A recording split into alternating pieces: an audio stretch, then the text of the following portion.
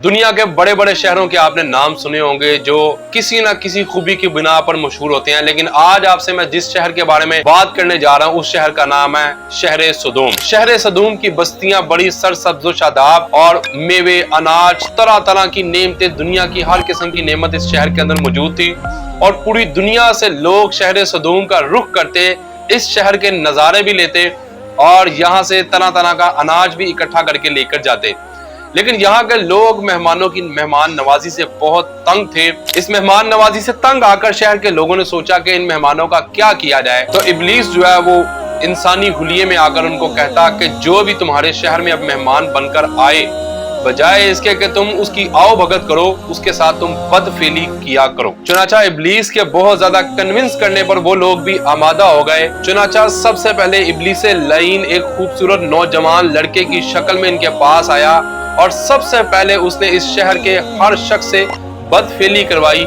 यूं इब्लीस जो है सबसे पहले बदफेली का करिंदा बना और करते करते जो भी मेहमान आता उनके शहर में, वो लोग अपनी खवातीन को छोड़कर अपनी शहवत को पूरा करने के लिए उन मेहमानों के साथ बदफेली किया करते थे।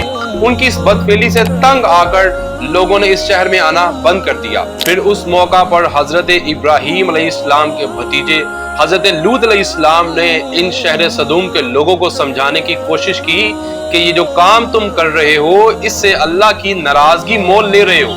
लेकिन उन्होंने लूत अलैहिस्सलाम की बात को पसे पुश डालकर अपने इस बदफेली के काम को जारी रखा और अपनी खवातीन से लाताल्लुकी शुरू कर दी। दोस्तों, इस कौम ने जब हजरत लूत अलैहिस्सलाम की बात को मानने से इनकार कर दिया तो उस वक्त आसमान से हजरत जिब्राइल अलैहिस्सलाम चंद फरिश्तों के हमरा हजरत लूत अलैहिस्सलाम के घर पर खूबसूरत नौजवानों की शक्ल में हाजिर हुए।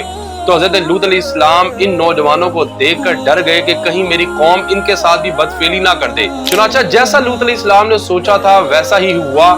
ये लोग जो लूती थे वो हजरत लूत अलैहिस्सलाम के घर की दीवारों पर चढ़ने लग गए और लूत अलैहिस्सलाम से कहने लगे कि इन नौजवानों को हमारे हवाले कर दो।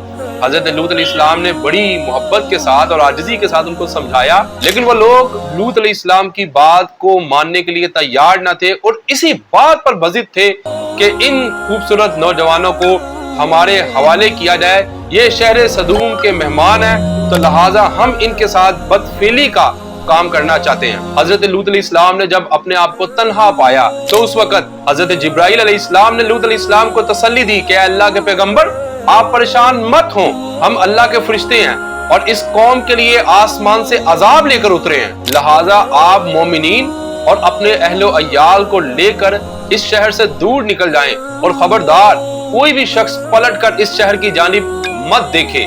तो हजरत लूत अलैहिस्सलाम ने ऐसा ही किया।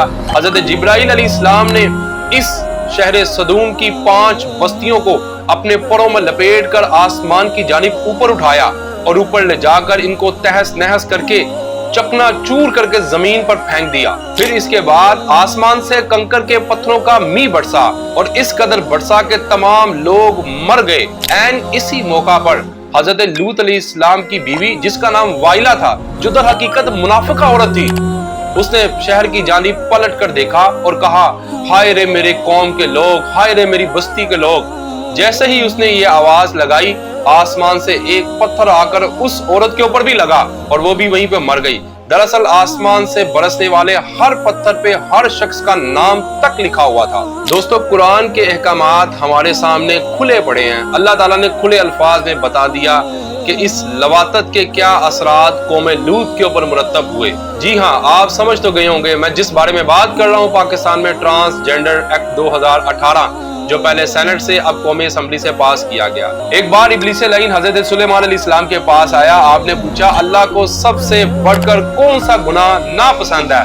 तो इब्लीस लाइन ने कहा कि अल्लाह को ये गुनाह सख्त नापसंद है कि मर्द मर्द से बदफेली करे और औरत औरत से अपनी ख्वाहिश पूरी करे। अगर अल्लाह और उसके रसूल के साथ जंग करके आप दुनिया को ये दिखाना चाहते हैं कि हम तरक्की की राह पर गामज़न हैं, तो ये तरक्की आपको मुबारक। अगर सूदी निजाम को चलाकर दुनिया को ये दिखाना चाहते हैं कि हम तरक्की की राह पर गामज़न हैं, तो ये तरक्की आपको मुबारक। पाकिस्तान खास इस्लाम के नाम पर बना है और यहाँ पे शियार इस्लाम का खुलम खुला मजाक उड़ाया जाता है। मुल्क की सूरत हाल के पेश नजर अगर देखा जाए तो यहाँ पे इकोनॉमी की बात होनी चाहिए, तालीम की बात होनी चाहिए, रोजगार के मौके जो हैं اس کی اپرچونٹیز کو زیادہ ریز کرنا چاہیے.